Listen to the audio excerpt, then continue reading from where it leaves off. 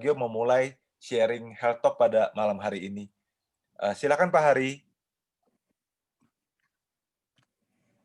Terima kasih Pak Jeffrey. Selamat malam rekan-rekan sekalian. Assalamualaikum warahmatullahi wabarakatuh. Waalaikumsalam. Senang sekali bisa kembali bersama-sama dengan para sahabat, rekan-rekan semuanya dalam sesi Bincang Sehat ini.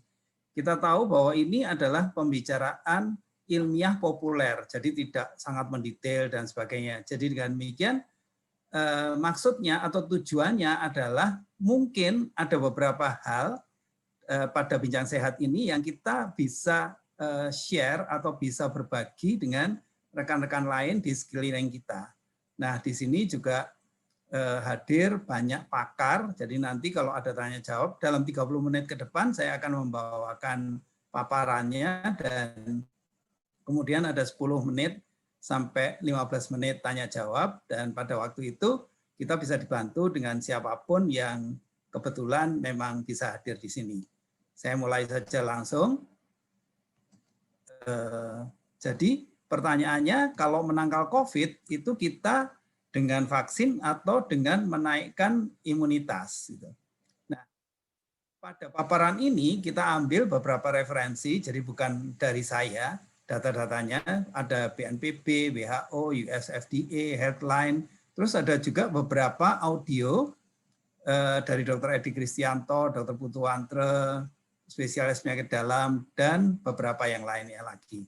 Nah, kita mulai saja. Ini adalah data yang saya ambil per 8 November dari BNPB. Jadi kasus positifnya ada 437.000 lebih, kemudian ada sembuh sekian, ada masih kasus aktif, dan yang meninggal itu sampai dengan tanggal 8 November itu adalah 14.600 lebih. Apa yang bisa kita lihat dari sini adalah memang kadar atau angka kesembuhannya tinggi, yaitu 84,1%. Kemudian yang meninggal itu 3,3%. Jadi artinya 3 dari 100 orang yang terkena positif COVID itu meninggal dunia. Oleh sebab itulah maka kita perlu sangat waspada terhadap virus ini.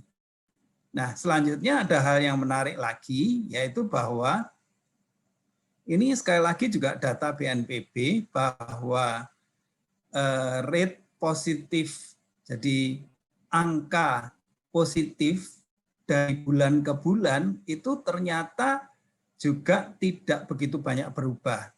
Jadi mulai Juni 11, sekian persen, kemudian Juli 13, dan seterusnya sampai Oktober sedikit menurun dibandingkan dengan September, namun kalau di rata-rata itu adalah sampai dengan bulan Oktober, mulai dari Maret pada saat pertama kali COVID-19 ditemukan di Indonesia, itu positif rate-nya atau angka kemungkinan kita terkena COVID itu adalah 14,4%, artinya 1 dari 7 orang dari kita semuanya, termasuk yang ada di sini, itu berisiko terpapar COVID-19.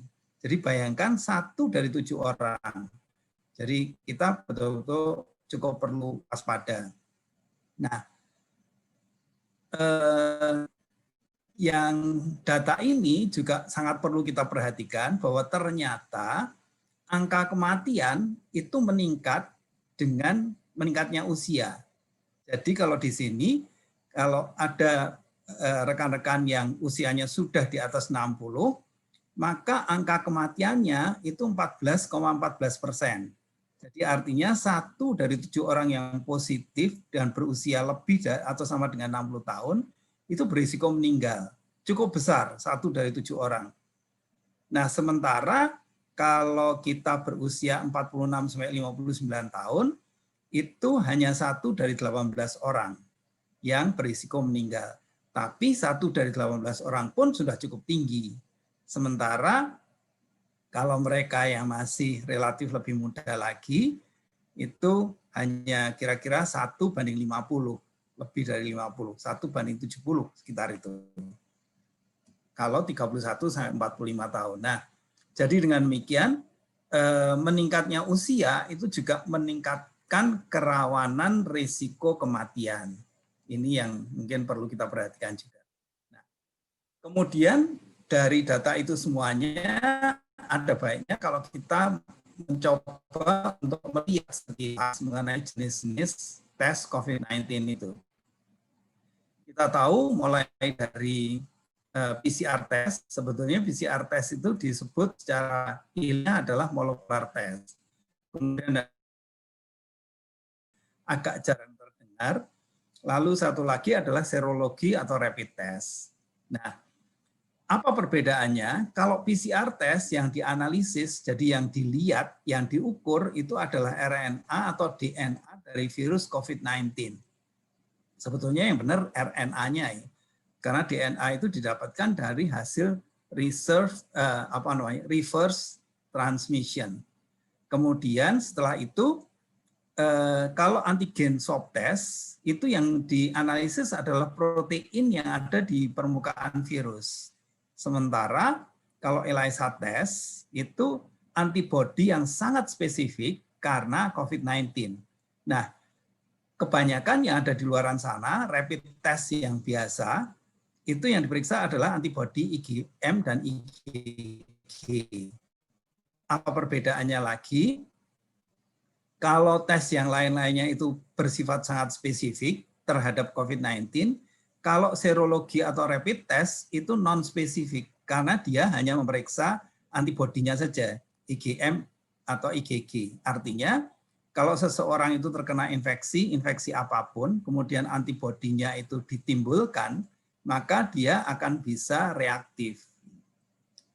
Nah, oleh sebab itulah maka ini berpengaruh terhadap akurasinya. Yang akurasinya paling tinggi tentunya adalah PCR test, kemudian swab antigen test itu lumayan akurasinya tinggi apabila positif. Tapi kalau negatif sebaiknya diulang. Kemudian ELISA test, meskipun ini hanya untuk antibodi, tapi sebetulnya terhadap antibodi COVID-19 itu akurasinya cukup tinggi. Sementara kita tahu bahwa serologi itu tidak terlalu tinggi. Satu lagi adalah bahwa kalau kita melihat PCR test, itu ada dua jenis, kualitatif dan kuantitatif. Kalau kuantitatif, kita bisa melihat di mana level dari virusnya itu. Jadi ini ada angka-angkanya tersendiri, tapi ini kita lupakan saja. Yang paling penting adalah bahwa kita tahu persis ada jenis-jenis tes seperti ini dan apa saja perbedaannya. Nah, menarik, ini memang agak teknis, tapi menurut saya ini penting sekali.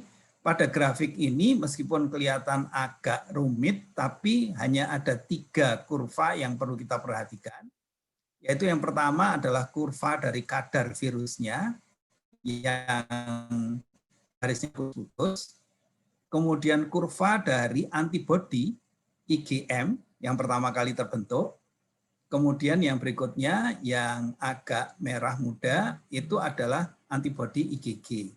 Di sini kita melihat sekilas bahwa pada saat kita terinfeksi oleh virus, maka perlu waktu rata-rata 7 hari sampai pertama kali tubuh itu membentuk antibodi yang IgM itu. Kemudian bahkan rata-rata sampai 14 hari baru IgG itu dibentuk.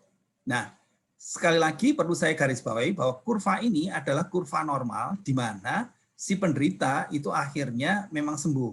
Jadi pada hari ke-28 itu penderita virusnya boleh dikatakan sudah bersih sama sekali dari darahnya.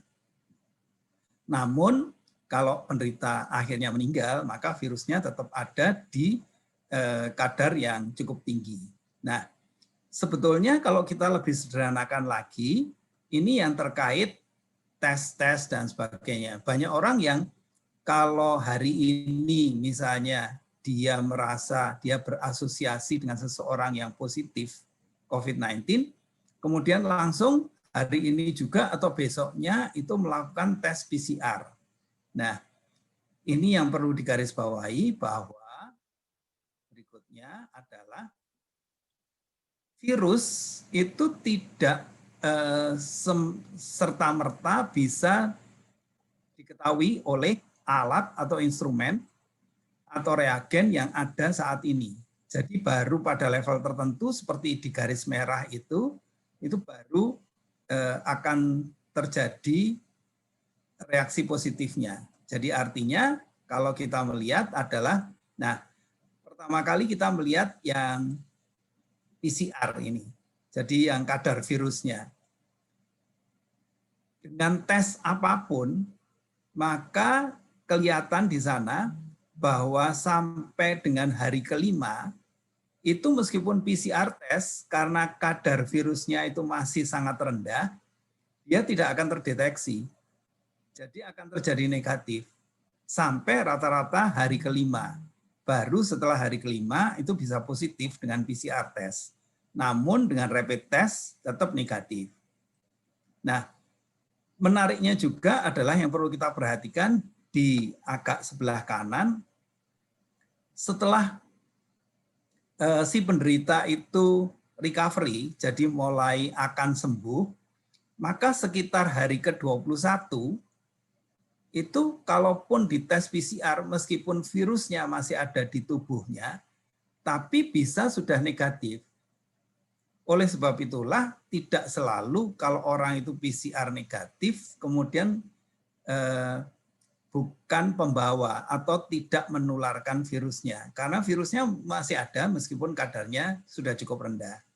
Ini kalau kita melihat detectability dari PCR yang memeriksa kadar virusnya. Nah, sekarang bagaimana dengan IgG dan IgM? Kalau kita lihat di sini, nah kita melihat di sana, di garis yang di blok hitam itu, kemudian kita lihat ke bawahnya, bahwa rata-rata setelah 7 atau 8 hari terinfeksi, baru mulailah rapid test itu menunjukkan angka reaktif yang IgM. Sementara IgG masih negatif terus, IgG negatif terus sampai sekitar hari ke-14 atau 15. Nah, kemudian sekitar hari ke-18, IgM itu juga menjadi negatif. Jadi kalau IgM itu negatif atau tidak reaktif, tidak berarti kita tidak terpapar oleh virus. Karena kelihatan di sana, misalnya pada hari ke-18, kadar virusnya masih cukup tinggi, tapi IgM-nya sudah negatif.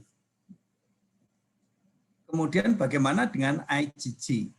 Nah, IgG itu karena dia baru ditimbulkan sesudah sekitar 14 hari, maka sampai dengan 14 hari setelah seseorang itu terpapar virus COVID-19, tes antibodi IgG itu akan menunjukkan hasil negatif. Baru pada hari ke-14 sampai dengan sekitar hari ke-35 dan seterusnya, itu baru positif. Karena kadarnya baru bisa dideteksi seperti itu. Sekilas kira-kira seperti itu. Jadi kesimpulannya adalah bahwa hari pertama sampai hari kelima setelah kita terinfeksi, tes apapun yang dilakukan, baik antigen, PCR, IgM, IgG, antibody maksudnya, semuanya akan negatif. Kemudian kalau PCR itu positif sekitar hari kelima setelah terinfeksi sampai hari sekitar 28. Hari ke-28. Ini sekali lagi rata-rata. Tapi ini juga sangat bersifat individual.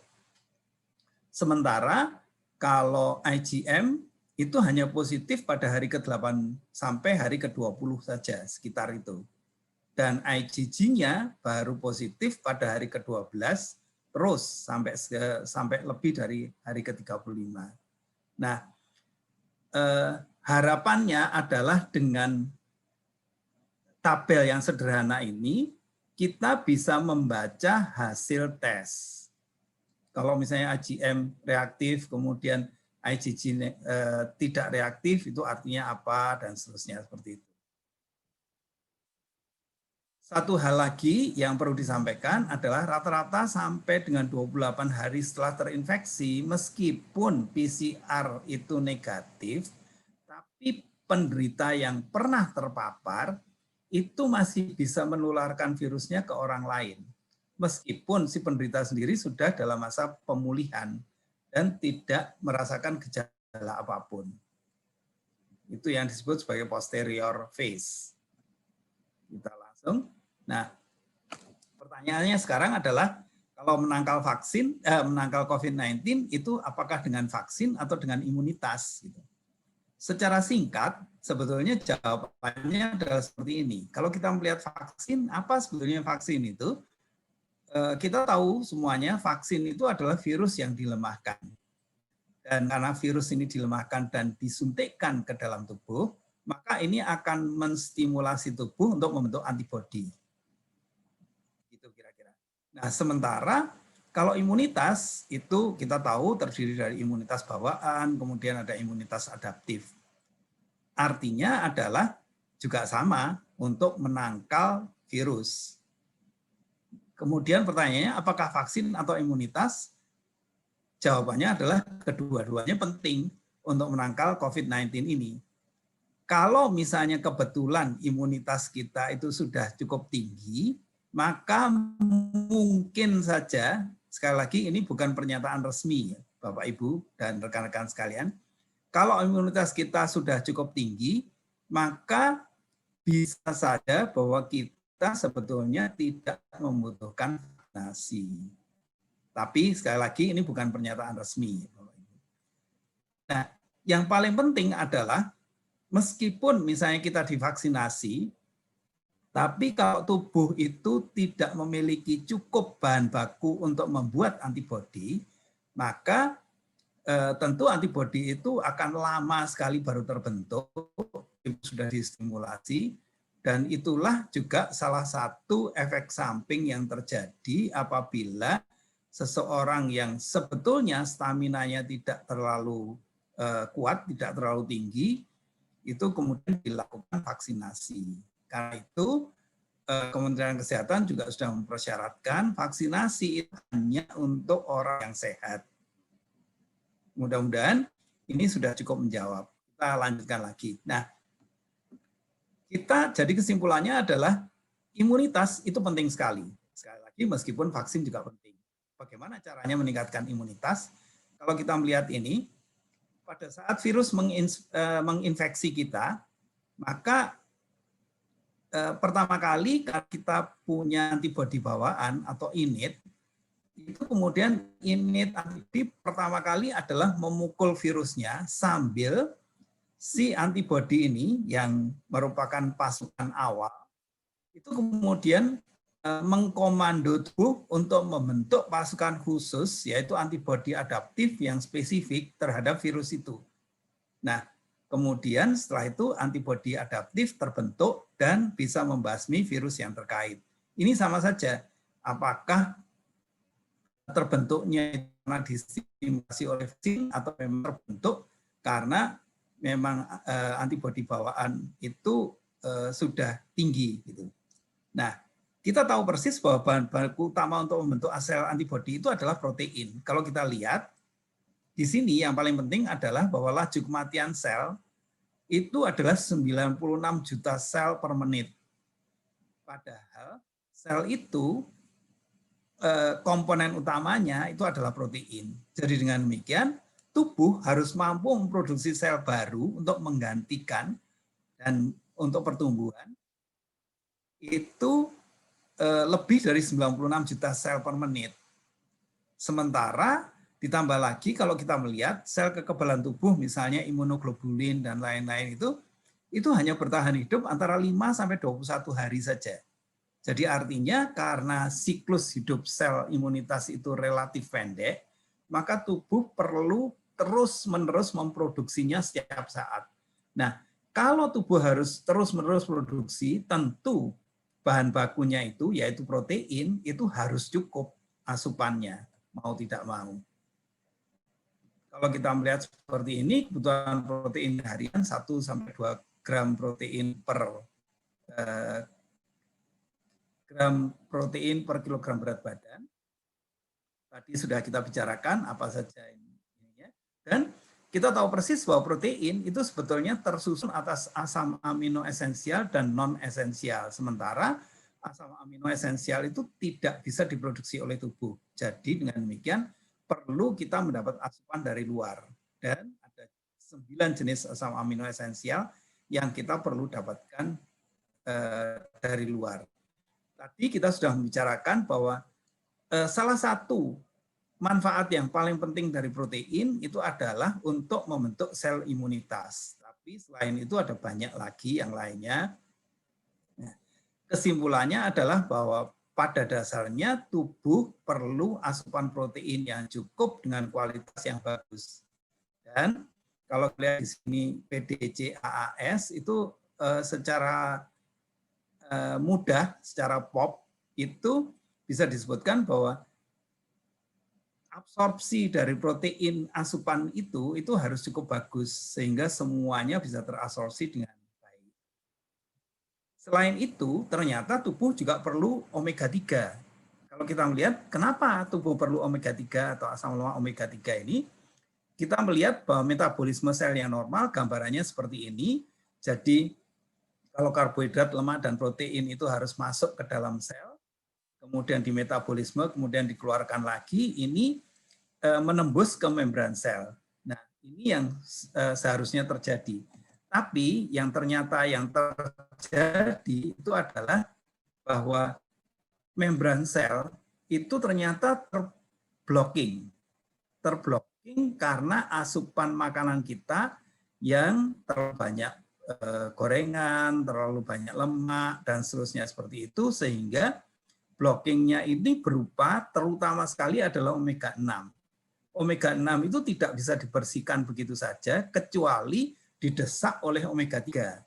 Oleh sebab itulah kita butuh omega 3.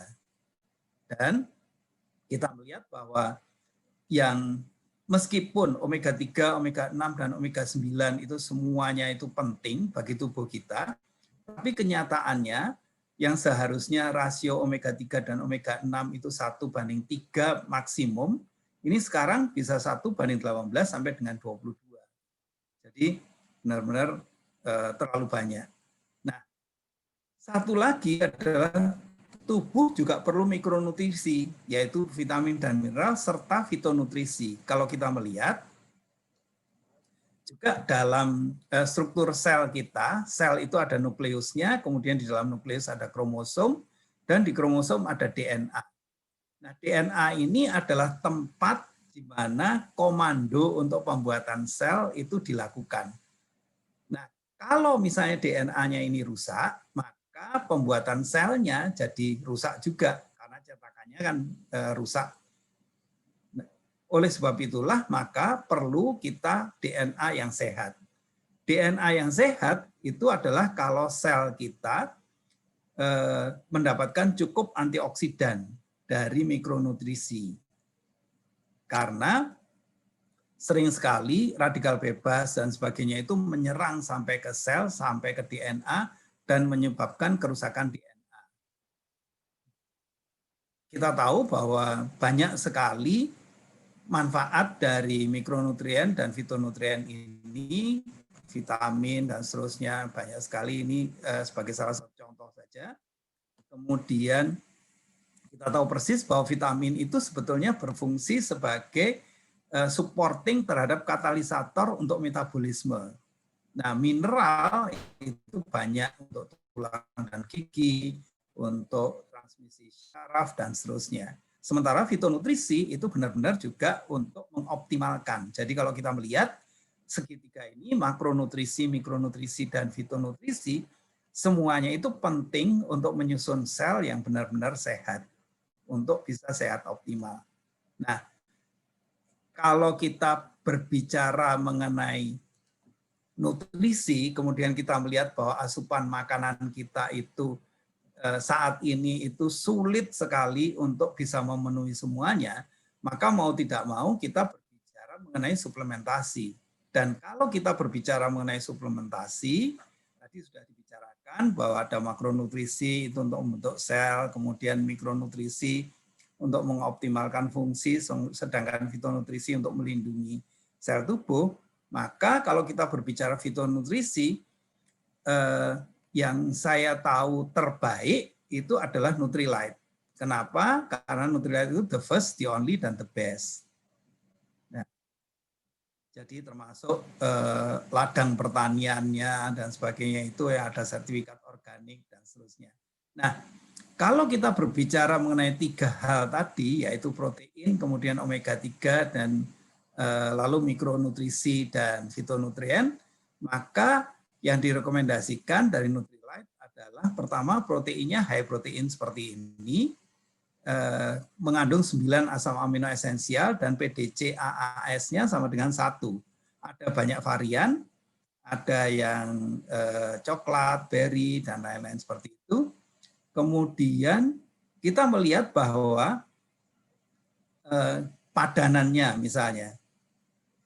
Jadi kalau misalnya kebutuhan protein per hari kita itu 26 sampai 60 gram tergantung berapa berat badan kita, itu sama dengan 4 sampai 10 butir telur. Nah, saya yakin bahwa tidak ada satupun dari kita, terutama yang dewasa, itu yang mengkonsumsi secara rutin 10 butir telur per hari.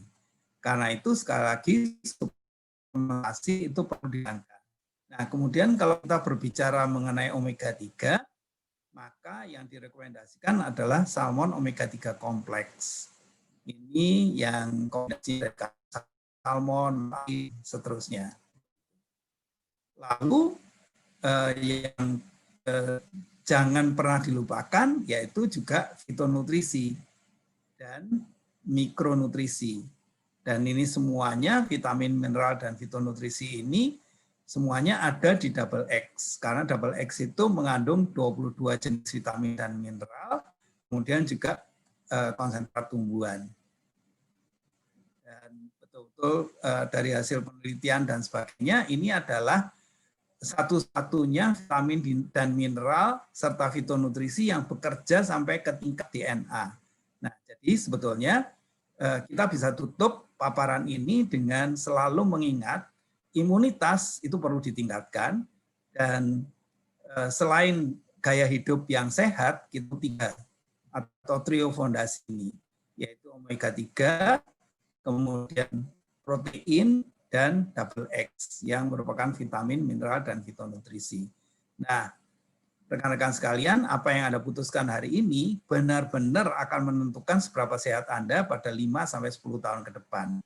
Senang sekali sudah bisa berbagi, sedikit apapun, mudah-mudahan ada hal yang bisa dimanfaatkan. Selamat malam, Assalamualaikum warahmatullahi wabarakatuh. Silakan Pak Jeffrey. Oke, terima kasih Pak Hari buat sharingnya. Luar biasa sekali ya, begitu jelas. Nah, saya persilakan sekarang buat teman-teman yang mau bertanya, silakan bisa mengisi chat box yang ada di bawah, atau juga bisa langsung membuka mic-nya. Saya allow dulu ya. Oke, jadi silakan teman-teman kalau ada yang mau bertanya seputar mengenai vaksin, mengenai imunitas tubuh, berhubungan dengan Nutrilite Trio Foundation, saya persilakan teman-teman. Oke, ada pertanyaan Pak Hari dari Ibu Rodiah di Bogor. Apakah benar usia lanjut tidak perlu divaksin? Oh ya, di sini juga ada Ibu Dr. Sri. Jadi kalau nanti ada yang mau bertanya ke Ibu Dr. Sri pun juga bisa ya, selain kepada Pak Hari Bagio. Silakan Pak Hari. Ya, sebelumnya saya perlu menambahkan ada beberapa dokter di sini. Jadi ada Dr. Sri, kemudian ada Dr. Karyono yang sangat senior, kemudian ada Dr. Mulyaningsih, Ning Sasmoyo, dan beberapa yang lain lagi. Nah, kenapa? Apakah usia lanjut tidak perlu divaksinasi? Ini sebetulnya kalau pemerintah mengatakan bahwa yang harus divaksinasi itu adalah sampai dengan usia, jadi 18 sampai dengan usia 59, bukan berarti yang di atas 59 tidak perlu divaksinasi, Bu Rodia. Tapi begini, vaksin yang didatangkan pemerintah Indonesia itu yang dari Sinovac, itu di sana keterangannya adalah memang dicobakan sampai dengan usia 59 dan untuk orang yang sehat. Karena tidak ada data klinis untuk yang di usia di atas 60, maka karena itu pemerintah Indonesia juga memproteksi warganya dengan mengatakan hanya sampai dengan 59 tahun. Mudah-mudahan ini cukup jelas. Nah, kalau misalnya ada tambahan dari lain yang lebih pakar, silahkan. Terima kasih Pak Jeffrey. Oke, terima kasih Pak Hari. Mungkin Ibu Sri mau menambahkan?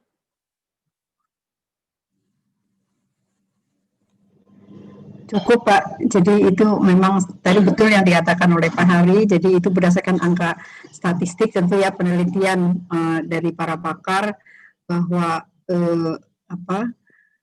bukan berarti bahwa yang di atas 59 itu divaksinasi ya, tidak divaksinasi, tidak boleh ya, boleh saja. Asal tadi kondisinya sehat. Terima kasih Pak. Oke, terima kasih. Saya mungkin, ya, maaf Pak Jeffrey, saya mungkin ada tambahan sedikit terkait pertanyaan Ibu Rodia tadi.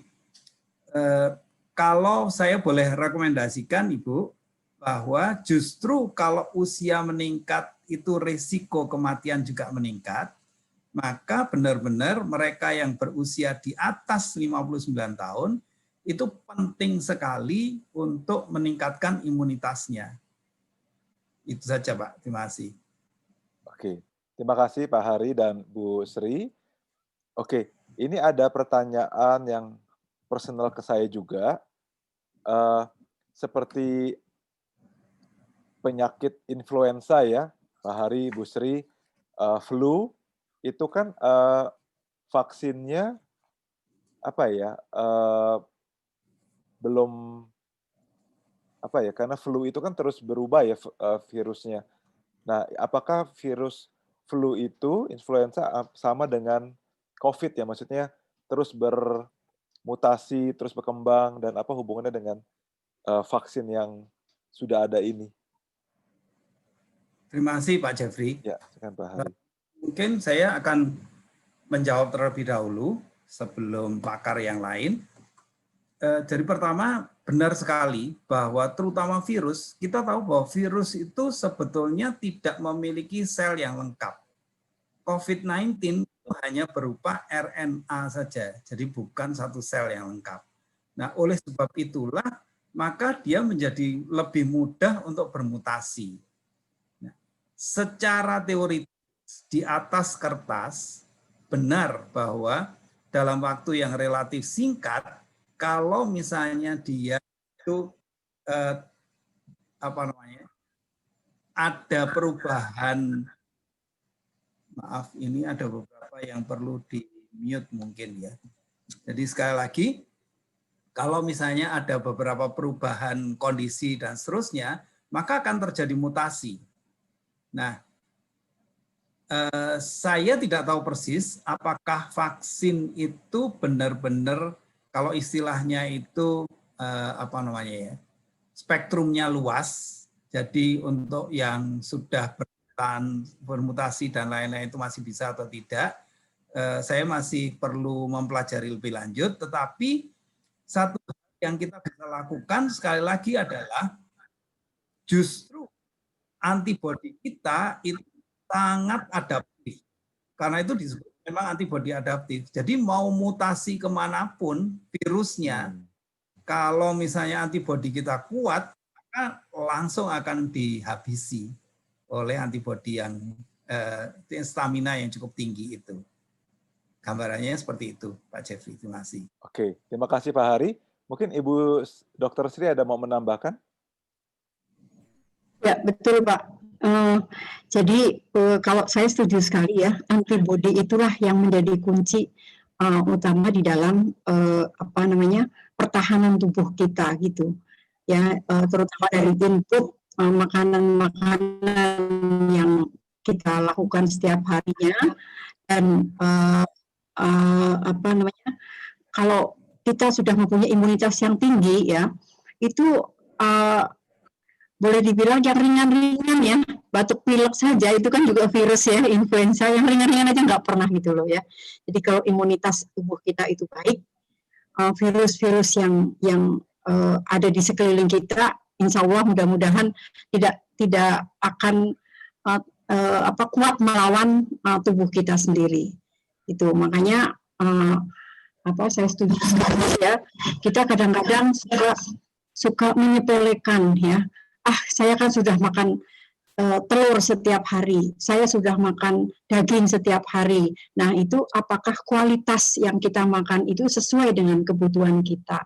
Kualitas bahannya, kualitas proses memasaknya, ya, kemudian penyajiannya dan sebagainya, ya. Nah, itu apa yang ada di dalam Nutrilite itu saya kira itu sudah melalui riset yang dari tahun 60 ya, kalau saya lihat, kalau saya pelajari ya. Jadi mereka sudah melibatkan ratusan tenaga ahli gitu ya, dan tempat lahannya bisa dipertanggungjawabkan gitu ya. Jadi saya pikir saya tidak ragu lagi, dan saya sudah mencobanya sekian 10 tahun lebih ya, alhamdulillah sampai sekarang. Mudah-mudahan tahan terhadap gempuran virus yang sangat mudah bermutasi ini. Memang virus itu tadi seperti dikatakan Pak Hari, tidak susunan gennya itu tidak lengkap sehingga mudah sekali bermutasi gitu. Jadi kalau perilaku kita tidak sehat ya, itu memudahkan virus untuk bermutasi. Demikian itu Pak Jeffrey, tambahan dari saya. Ya, sekali lagi saya setuju sekali dengan tubuh kita. Jadi nunggu vaksin belum tentu datang juga, karena vaksinnya juga belum tentu nanti disuntikan saat ini, mesti harus melalui tes dulu sampai bulan Januari mungkin atau Februari mungkin baru diberikan itu semuanya ya. Dan tadi sekali lagi usianya juga dibatasi gitu.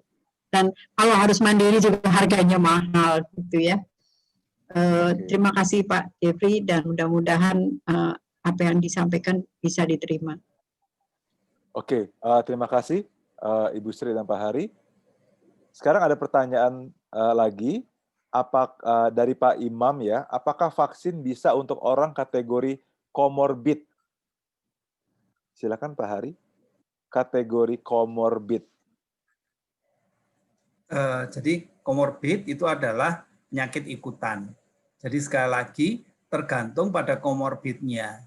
Kalau misalnya rendah, tingkat komorbidnya itu rendah dan tidak ada gejala, maka vaksin masih bisa. Tapi sekali lagi adalah prosedur standar dari Kementerian Kesehatan adalah vaksin hanya diberikan untuk orang sehat.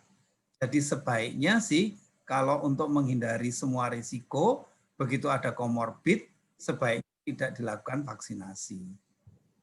Secara singkat seperti itu. Iya, betul. Betul Pak, setuju Pak. Oke, kita lanjut ya Pak Hari, Bu Sri. Dari Pak Winaryo, permisi Pak Hari, izin bertanya, apakah untuk imunitas tubuh sendiri dapat ditingkatkan? Jika iya, apakah cara yang seharusnya dilakukan? Atau adakah produk dari Nutrilite yang dapat meningkatkan imunitas tubuh? Jika tidak bisa ditingkatkan, apakah yang seharusnya kita lakukan agar imunitas kita tetap tinggi? Terima kasih. Terima kasih. Ya, bagus. Jadi, jawaban singkatnya adalah imunitas bisa ditingkatkan. Cara untuk meningkatkan adalah dengan gaya hidup sehat, olahraga ini dan sebagainya.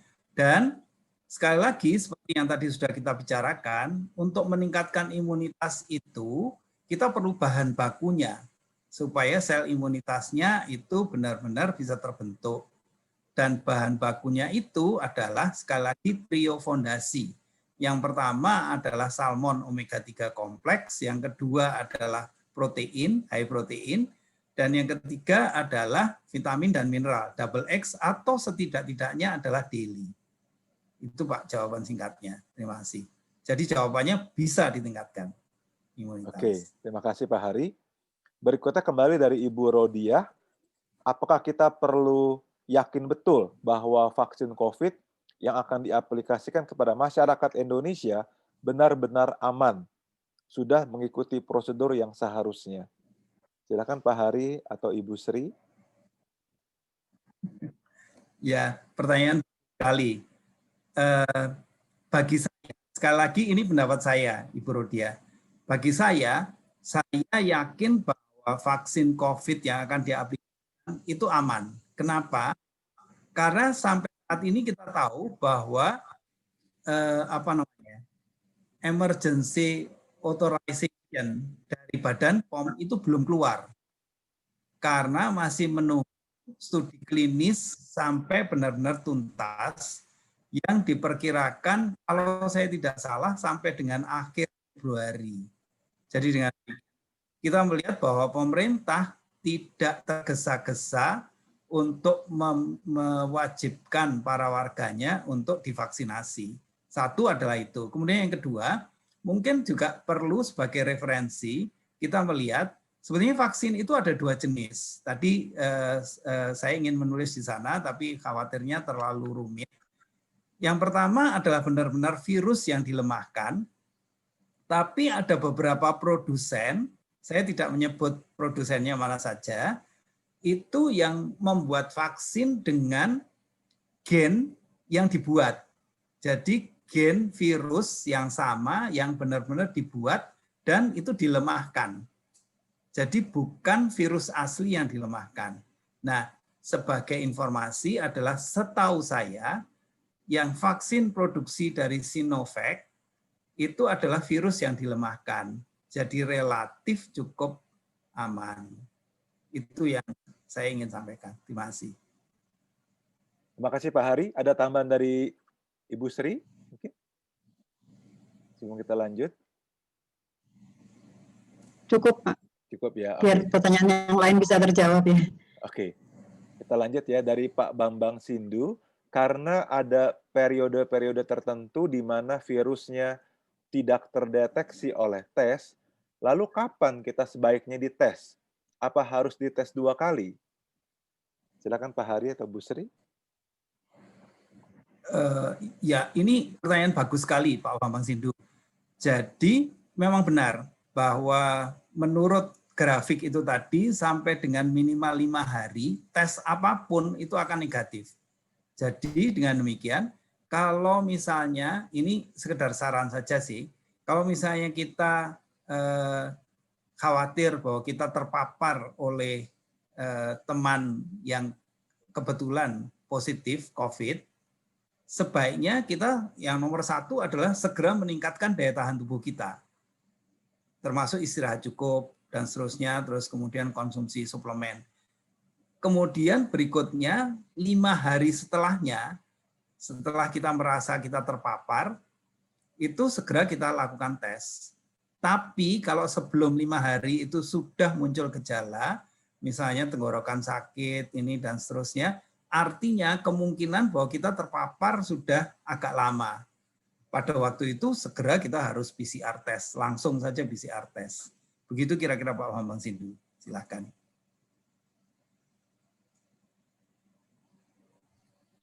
Ada tambahan dari Bu Sri atau kita lanjut? Kita lanjut ya. Oke, sekarang dari Ibu Yuli, kalau ada orang yang meninggal karena COVID-19, apakah virusnya masih ada pada tubuh yang meninggal, sehingga masih berbahaya bagi yang hidup? Itu yang pertama.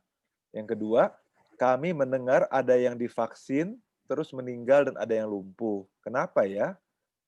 Lalu yang ketiga, 2 itu dulu deh. Terima kasih. Jadi yang pertama adalah virus itu harus ada inangnya, yaitu sel yang hidup. Nah, jadi dengan demikian kalau seseorang itu meninggal karena COVID-19, maka dalam waktu kira-kira minimal sampai dengan 12 jam, itu sel-sel tubuhnya masih relatif bagus. Oleh sebab itulah, maka jasad orang yang meninggal karena COVID-19 itu masih sangat rawan menularkan virusnya. Oleh sebab itulah, maka pemakaman dan lain-lain itu selain harus langsung, juga harus dengan protokol tertentu. Itu alasannya. Terus kemudian pertanyaan kedua, ada yang divaksinasi meninggal atau lumpuh dan sebagainya. Nah, Khusus untuk vaksin COVID-19, saya memang belum pernah mendengar mengenai hal itu. Tapi sekali lagi adalah kalau di atas kertas, vaksin itu adalah virus yang dilemahkan. Bagaimanapun juga virus yang dilemahkan itu merupakan bagian dari protein. Semua jenis protein asing yang masuk ke dalam tubuh, yang kemudian dikenal sebagai protein asing, itu pada dasarnya akan ada reaksi penolakan tubuh.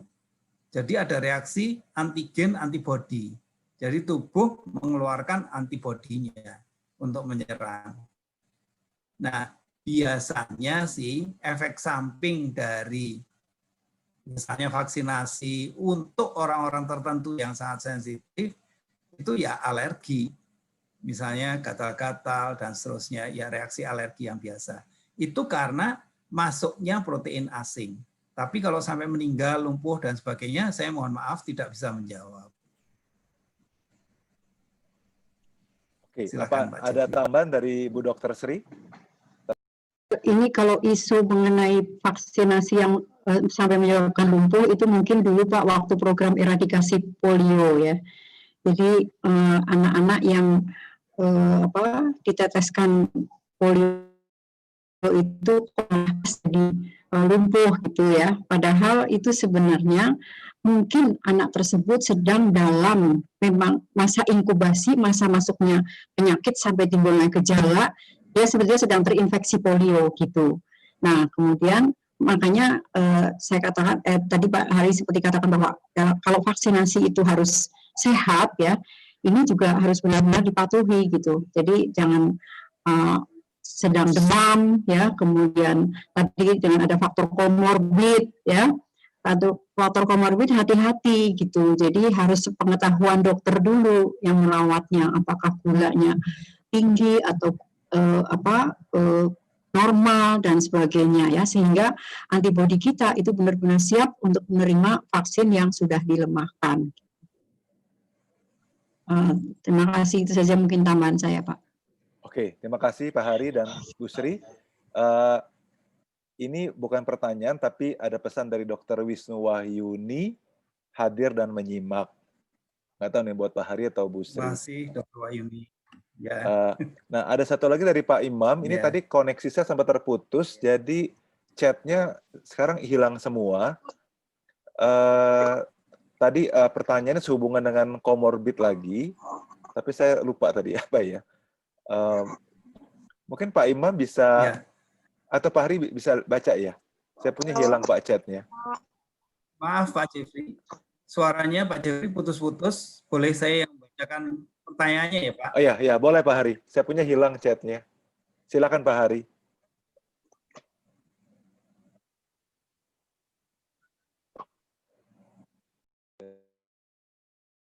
Nutrilat yang dapat meningkatkan imunitas. Jadi kalau saya boleh sarankan Pak Imam Wahyudi, yang pertama adalah kita mesti tahu komorbidnya apa. Dan itu dulu mungkin yang perlu ditangani. Dan kemudian untuk meningkatkan imunitas, sekali lagi secara umum, trio fondasi itu adalah yang paling tepat, yaitu protein, high protein, kemudian omega 3, dan berikutnya adalah double X atau minimal daily. Begitu kira-kira Pak Jeffrey. Oke, terima kasih Pak Hari. Bacakan pertanyaan yang lainnya ya Pak. Iya, silakan Pak Hari. Saya punya kehapus nih chatnya. Oh ya. Ya, silakan dari Pak Pak Muhajir Junaidi. Assalamualaikum, izin apakah pasien COVID-19 yang setelah di swab dinyatakan sembuh, apakah bisa menularkan COVID-19? Soalnya tadi setelah sembuh, karena virus masih ada di tubuh pasien yang sudah sembuh, berapa lama virus tersebut hilang dari pasien yang sudah sembuh?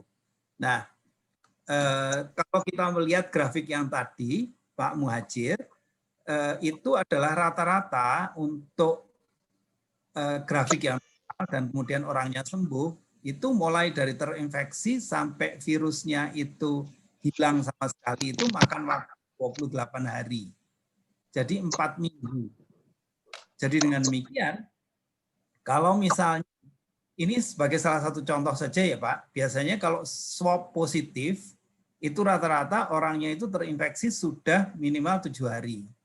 Kemudian setelah itu 2 minggu kemudian dia swab lagi dan kemudian negatif, maka itu berarti hari ke-21, Pak. Kalau hari ke-21, maka selama seminggu berikutnya, meskipun sudah negatif, tapi yang bersangkutan masih bisa menularkan. Gambarannya kira-kira seperti itu, Pak. Jadi kita perlu mengasumsikan kapan kira-kira si penderita yang terpapar itu terinfeksi.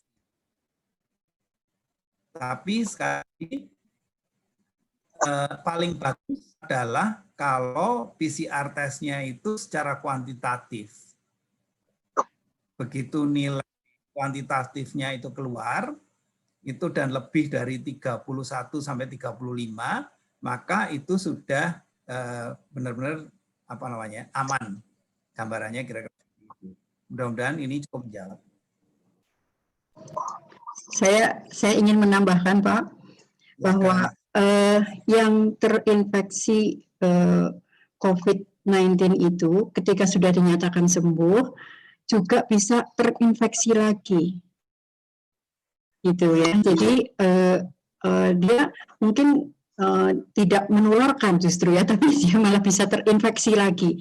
Jadi bagaimanapun juga, apalagi jangankan yang sudah terinfeksi ya. Jadi maksud saya penjagaan imunitas sesudah terinfeksi dengan COVID-19 itu harus lebih lagi daripada yang tidak terinfeksi itu ya, karena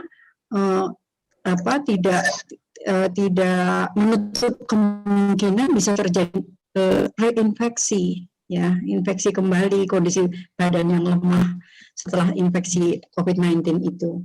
Jadi bukan berarti bahwa sesudah sembuh dari COVID-19 itu ya kebal, tidak bisa terkena lagi infeksinya gitu ya. Bisa terkena ya. Itu saja, terima kasih Pak. Terima kasih Dr. Sri. Nah, ini kelihatannya sudah merupakan pertanyaan yang terakhir. Sekarang kita senang sekali bahwa rekan-rekan dan para sahabat sudah bisa bergabung di sini. Mudah-mudahan ada yang bisa di-sharing dan seterusnya. Nah, berikut ini kemudian setelah kita berbicara mengenai kesehatan fisik yang COVID-19, kita juga akan bisa membicarakan mengenai kesehatan finansial, di mana pakarnya memang sudah ada hadir di sini, yaitu Pak Jeffrey Kusnadi yang meskipun masih sangat muda, tapi sudah sangat expert dalam hal kesehatan finansial ini. Jadi dengan demikian saya akan persilahkan Pak Jeffrey untuk melanjutkan. Silakan Pak Jeffrey. Oke, terima kasih Pak Hari. Ini Dr. Wisnu ada mau bicara? Saya boleh? Oh, 2 silakan. menit. Oh, silakan Bu. Monggo. Assalamualaikum warahmatullahi wabarakatuh. Waalaikumsalam. Kita ketemu lagi. Saya hanya ingin menyampaikan sebuah informasi. Vaksin ini mohon tidak dianggap dia lalu jadi dewa penyembuh. Dia bukan dewa penyembuh. Sehingga saya penting informasikan jangan abai kalau nanti imunisasi betul-betul dilakukan. Karena masih butuh proses. Nah, proses ini sendiri kan dunia sedang belajar karena sebelumnya belum pernah. Nah, tadi itu teori yang disampaikan bahwa butuh waktu 4 minggu, butuh waktu 6 minggu, 8 minggu. That's a prediction, bukan sesuatu yang seperti kasus polio atau influenza. Jadi ini betul-betul baru, the new disease. Sehingga semuanya itu masih dengan asumsi-asumsi. Sehingga mohon tidak abai, walaupun ini untuk yang sayang itu ya, karena umurku kita 70 loh Pak Bagio. Ini yang sayang itu, jadi nanti kalau nanti dilakukan vaksin tetap harus ingat bahwa masih perlu proses dalam tubuhnya. Sekitar panjenengan 6 minggu, 4 minggu. Selain itu juga imunitas tubuhnya tetap harus produk by themselves. Jadi depend on si vaksin. Saya khawatir kemudian vaksin ini sebagai penyembuh penelitian yang serius play gitu, sehingga kemudian abai. Karena menurut prediksi saya, new normal masker yang lain 2C itu akan continue, Pak. Pengalaman saya di daerah dulu ada wabah TB atau apa bagi ACC dengan pendapat saya. Matur nuwun sekali, Dr. Wahyuni. Saya sangat setuju dengan itu. Kita memang tetap perlu waspada. Oke, terima kasih banyak Dr. Wisnu udah memberikan satu penekanan ya, penjelasan buat kita semua. Oke, saya akan kembali tadi yang Pak Hari sudah sampaikan. Saya refresh dulu ya. Oke. Jadi kita bicara tadi ya mengenai vaksin dan imunitas. Tadi di perjalanan, ya, sekarang saya lagi di Bandung. Tadi saya ngobrol sama istri saya Evi, kita bicara banyak mengenai virus ya. Ternyata memang banyak ya sampai sekarang kayak seperti virus Ebola, virus HIV, itu sampai sekarang pun memang belum dapat ya vaksinnya. Jadi makanya virus COVID-19 ini ya semoga memang vaksin ini benar-benar jitu. Tapi kan ini semua masih baru. Jadi memang saya setuju sekali dengan yang Pak Hari tadi sampaikan. Kita seperti juga Dr. Wisnu tadi sampaikan juga, kita perlu fokus sekali menjaga imunitas tubuh kita karena itu perisai utama kita buat melawan virus, khususnya virus COVID-19. Jadi kalau saya cek diri saya sendiri, saya sangat, suara saya jelas ya Pak Hari ya? Jelas. Jelas. Saya membutuhkan sekali Nutrilite Trio Foundation. Kenapa? Karena saya mempelajari pola makan saya di ya keseharian saya ya. Untuk protein, saya nggak konsisten. Beda sama teman-teman saya binaragawan yang setiap hari makan telur ayam, bisa 20 telur ayam, makan dada atau paha ayam rebus, bisa 5 potong, dan saya nggak seperti itu. Jadi kadang-kadang ada hari-hari saya pagi makan mie ayam. Kalau mie ayam kan ayamnya dikit banget ya. Terus kalau siangnya makan kue teo sapi. Sapinya pun dikit sekali. Jadi memang saya nggak konsisten dalam menjaga asupan protein harian saya. Tergantung dapetnya makan apa ya udah. Jadi saya butuh setiap hari dapat asupan Nutrilite protein yang menjadi bahan untuk membentuk sel antibodi tubuh saya. Kemudian omega 3 bagaimana untuk membran selnya. Saya juga menyadari saya sehari-hari juga nggak makan ikan laut. Ini bukan ikan tawar ya teman-teman. Ikan laut perairan laut dalam seperti ikan salmon, ikan tuna, ikan makarel, sarden. Ini bukan sarden yang kalengan ya, ini benar ikan sarden asli dari perairan laut dalam. Jadi ternyata keseharian saya pun ya kalau dilihat-lihat jarang saya makan ikan. Kebanyakan makan ikan ikan bakar yang umum, ikan air tawar deh gitu ya. Lalu untuk multivitamin, multinutrisi pun saya juga jarang perhatikan buah yang saya konsumsi setiap hari harus dari 5 buah, 5 warna. Waduh, jarang banget. Makanya buat saya pribadi, saya bersyukur sekali ada solusi Nutrilite Trio Foundation. Karena yang penting kalau kita mau punya tubuh yang sehat, yang kebal terhadap segala macam virus, kita perhatikan saja sistem-sistem dalam tubuh kita sudah sehat belum? Sistem pencernaan, sistem pernafasan, dan yang lain-lainnya. Nah, kalau mau sistemnya sehat, berarti organ-organ tubuhnya juga harus sehat. Nah, kalau organ tubuh kita mau sehat, berarti apa? Sel-sel dalam organ itu juga harus sehat. Dan sel tubuh kita akan sehat kalau DNA-nya sehat. Jadi, kita butuh Trio Foundation untuk membangun imunitas tubuh yang optimal untuk melawan segala macam virus, terutama yang imunitas adaptif ya. Jadi virus bisa berubah-ubah di luar kontrol kita. Yang kita bisa kontrol adalah imunitas adaptifnya kita. seperti itu. Nah, ada pertanyaan untuk mengakhiri sesi Health Talk kita malam hari ini. Oh, sebentar. Ya, seperti di mana saya bisa beli produknya, seperti itu. Terus ada misalnya lagi berapa harganya. Nah, saya mungkin perlu waktu 10-15 menit, saya nggak akan jelaskan detail. Nanti teman-teman bisa cek sama rekan yang mengundang Anda ke acara Health Talk pada malam hari ini. Nah, ini saya kasih. Oke, semoga kelihatan ya. Jadi, cara mendapatkan produk ini memang nggak di toko-toko atau di pasar modern ya, tapi harus melalui rekan yang mengajak Anda.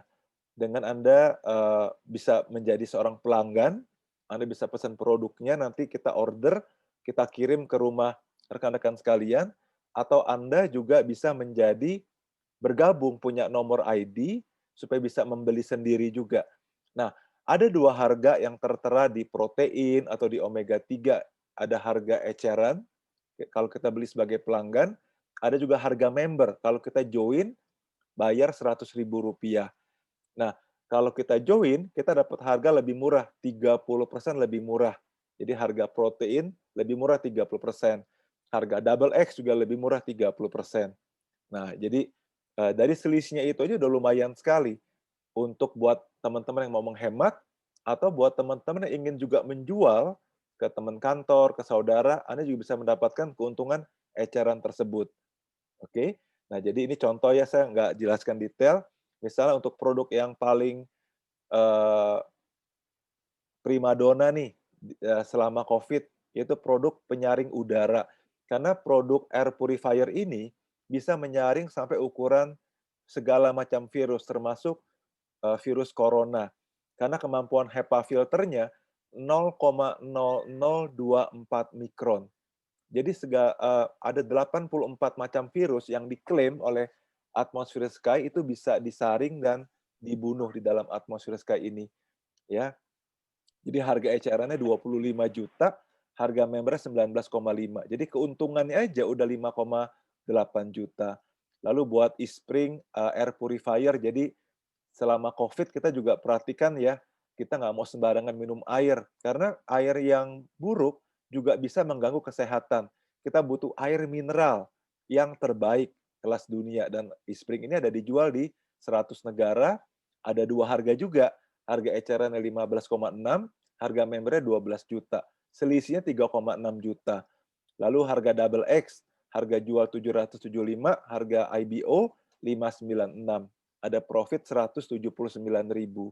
Jadi kita menginformasikan ini supaya teman-teman yang Anda mungkin membutuhkan produk Nutrilite Trio Foundation atau yang lain-lainnya, ada baiknya mempertimbangkan faktor ini juga. Kalau ingin mendapatkan harga spesial lebih murah 30%. Tapi kalau ini tidak jadi masalah buat Anda, nggak apa-apa. Anda bisa pesan dengan harga normal, nanti rekan yang mengajak Anda bisa membantu memesankan produknya langsung dikirim ke rumah Anda juga. Jadi sangat praktis ya. Nah, kemudian ada satu penawaran lagi sejak bulan September tahun ini, yaitu kalau Anda tidak mau menjadi member dengan membayar Rp100.000, Anda juga bisa menjadi pelanggan prioritas. Nah, kalau pelanggan prioritas juga sama, perlu isi registrasi, nama, nomor KTP, alamat pengiriman. Bedanya adalah kalau menjadi pelanggan prioritas tidak perlu membayar iuran keanggotaan Rp100.000. Nah, bedanya di mana? Bedanya kalau menjadi pelanggan prioritas, Anda tidak bisa menjual produk, Anda juga nggak bisa membangun bisnisnya. Jadi murni hanya jadi pemakai produk saja. Nah, kalau Anda sebagai member, Anda sudah bergabung, lalu misalnya ada 2 teman, ada 5 teman, yang semuanya ingin menjadi pelanggan prioritas. Karena mereka mungkin pernah join MW beberapa tahun yang lalu, sekarang mereka butuh produknya nih, tapi mereka minta kalau bisa belinya harga member, jangan harga eceran yang lebih mahal 30%. Nah, kita bisa tawarkan, oke, nggak apa-apa, mendingan jadi ini aja pelanggan prioritas, toh nggak bayar. Nah, menariknya, kalau kita sebagai seorang member atau IBO, kita menjual produk dengan harga member ke pelanggan prioritas, kita akan mendapatkan keuntungan 10%. Ya, jadi kalau pelanggan normal 30% dari selisih harga eceran dengan harga member, kalau ini kita jual ke teman-teman kita tetap harganya sama, harga member, tapi kita dapat 10%-nya. Jadi seperti dari Double X ini, kita dapat 10%-nya sekitar 54.000. Nah, ini contoh aja ya, kalau buat teman-teman yang bingung nggak apa-apa, nanti bisa dijelaskan lagi lebih detail sama rekan yang mengajak. Misalnya kalau saya sebagai Anda di sini, saya mengajak 5 kawan saya untuk membeli produk Trio Foundation. Misalnya mereka bilang ke saya, Jeff, kasih saya harga member ya, karena saya sudah pernah join 5 tahun yang lalu. Jadi saya tahu nih, jangan kasih harga eceran.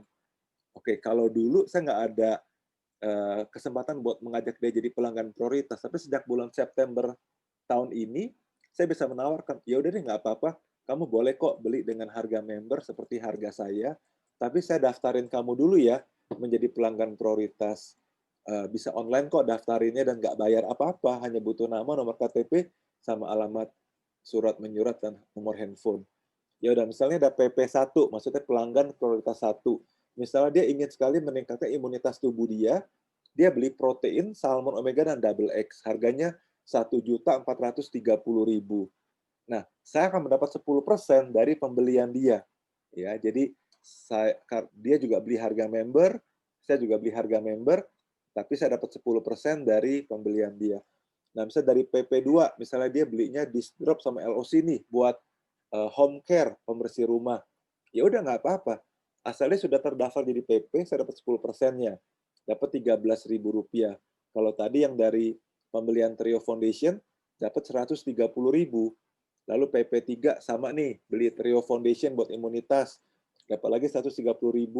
PP4, PP5 juga sama, beli home care.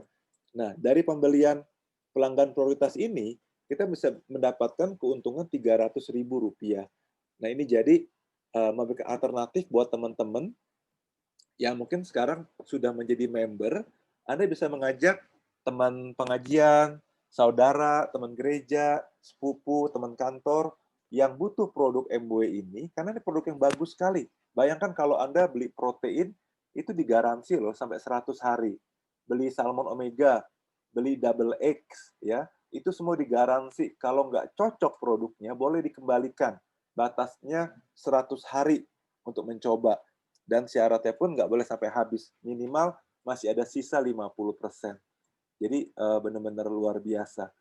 Nah, jadi selain itu, terakhir saya akan jelaskan bonus yang namanya performance bonus. Nah, ini mungkin lebih dikhususkan buat teman-teman yang hadir di sini, yang memang ingin sehat secara fisik seperti saya dan istri dan keluarga. Kami berlima, saya dengan 3 anak. Kami juga ingin sehat secara fisik. Tapi di bonus yang kedua ini adalah sebuah penawaran buat teman-teman yang ingin sehat dompetnya juga. Jadi sehat secara fisik, sehat secara keuangan. Nah, untuk bonus yang kedua ini, ada 2 istilah yang mungkin kalau bingung lewat aja. Pokoknya ada istilah point value, ada business volume. Jadi untuk bonus yang kedua ini dihitung dari tanggal 1 sampai tanggal 30, dihitung omset selama 1 bulan. Jadi sama ya, kalau kita ke Mangga 2 ini di Jakarta, beli 1 kaos harga 100.000. Kalau beli selusin, dapat potongan. Kalau belinya 200 lusin, waduh dapat potongannya besar sekali. Karena kita main volume. Beli dalam jumlah besar, dalam periode tertentu. Nah ini sama, dalam 1 bulan, kalau omset kita mencapai skala-skala ini, kita mendapatkan bonus tambahan lagi, di luar yang 30% dan 10% tadi ya. Jadi untuk volume 350.000 dapat 3%. Untuk 1 juta poin dalam 1 bulan tanggal 1 sampai tanggal 30 dapat 6%. Nah, mungkin ada yang bertanya, itu berapa rupiah? Nah, tinggal dikalikan 10 aja. Jadi kalau mau 350.000 poin berarti dikali 10, 3,5 juta rupiah. Kita dapat bonus 3%. Kalau 1 juta dikali 10, 10 juta rupiah dapat 6%. Dan omset yang tertinggi itu 16 juta. 16 juta poin Kalau dikali 10, 160 juta rupiah, dapat 21%. Nah, kalau kita harus menjual sendirian, tentunya sulitnya luar biasa. Makanya untuk mencapai omset 16 juta PV, mencapai peringkat tertinggi 21%, ada alternatif yang namanya network marketing. Jadi kita nggak perlu jual sendiri, tapi kita membangun jalur distribusi, mengenalkan produk dan juga mengenalkan peluang usahanya.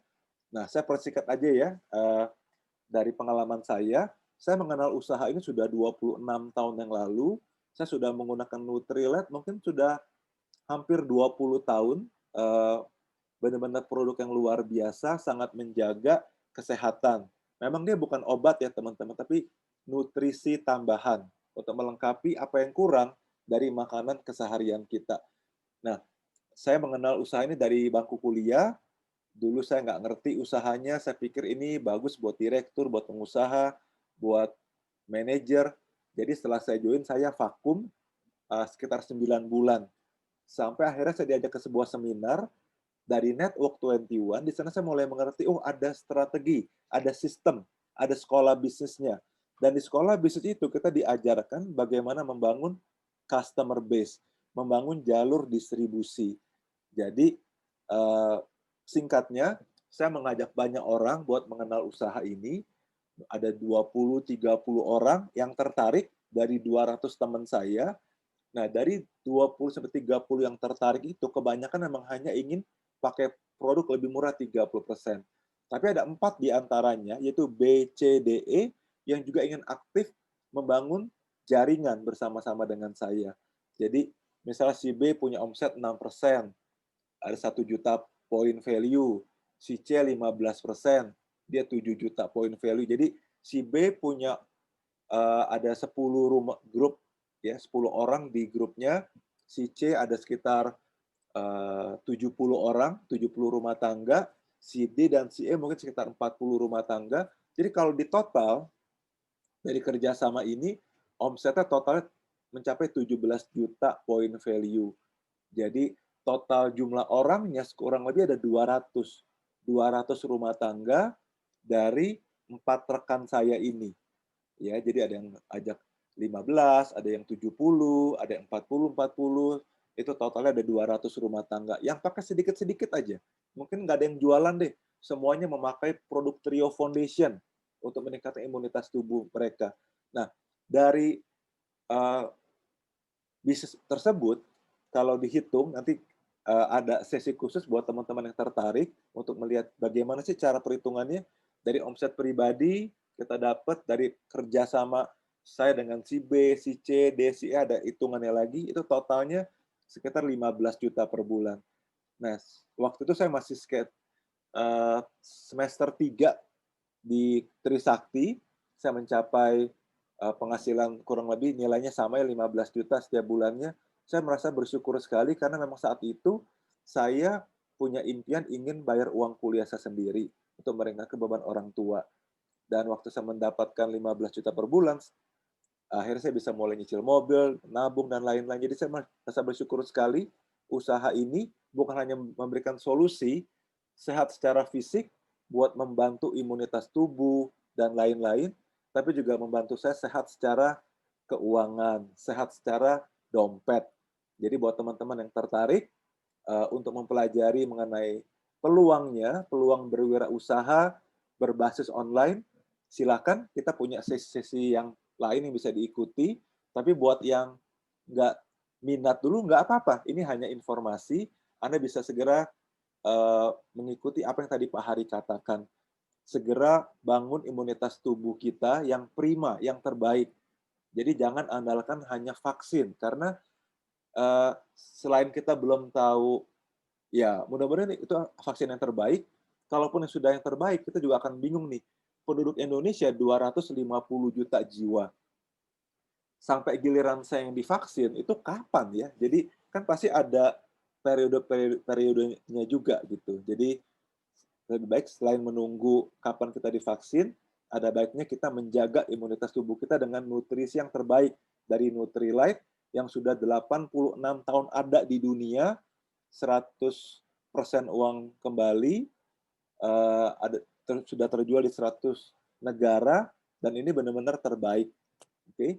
Dan selain mengkonsumsi food supplement organik, juga perhatikan olahraga, tidurnya yang cukup, jangan bergadang, jangan stres, dan lain-lain seperti itu. Oke, jadi itu aja teman-teman sekalian. Senang sekali rekan-rekan semua bisa hadir malam hari ini di acara Health Talk. Saya banyak belajar dari apa yang Pak Hari sampaikan, apa yang tadi ditambahkan juga oleh Ibu Dr. Sri, oleh Dr. Wisnu juga. Jadi ini akan menjadi informasi yang sangat berharga buat menjaga kesehatan kita sekeluarga, dan kita bisa sharing ke teman-teman, ke saudara kita yang membutuhkan. Karena informasi ini bisa membantu mereka terhindar dari ancaman COVID-19. Dan ini bukan kita nggak anggap remeh, karena COVID-19 ini benar-benar bisa menjadi hal yang serius kalau kita tidak punya imunitas tubuh yang terbaik. Oke, teman-teman, itu dulu. Terima kasih sudah hadir di acara ini. Selamat malam semuanya.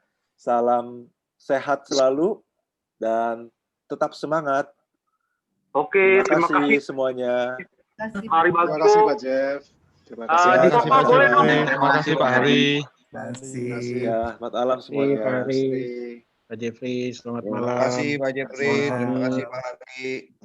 Ya, selamat malam semuanya. Terima kasih. Terima kasih semuanya. Oke, Luar biasa sekali.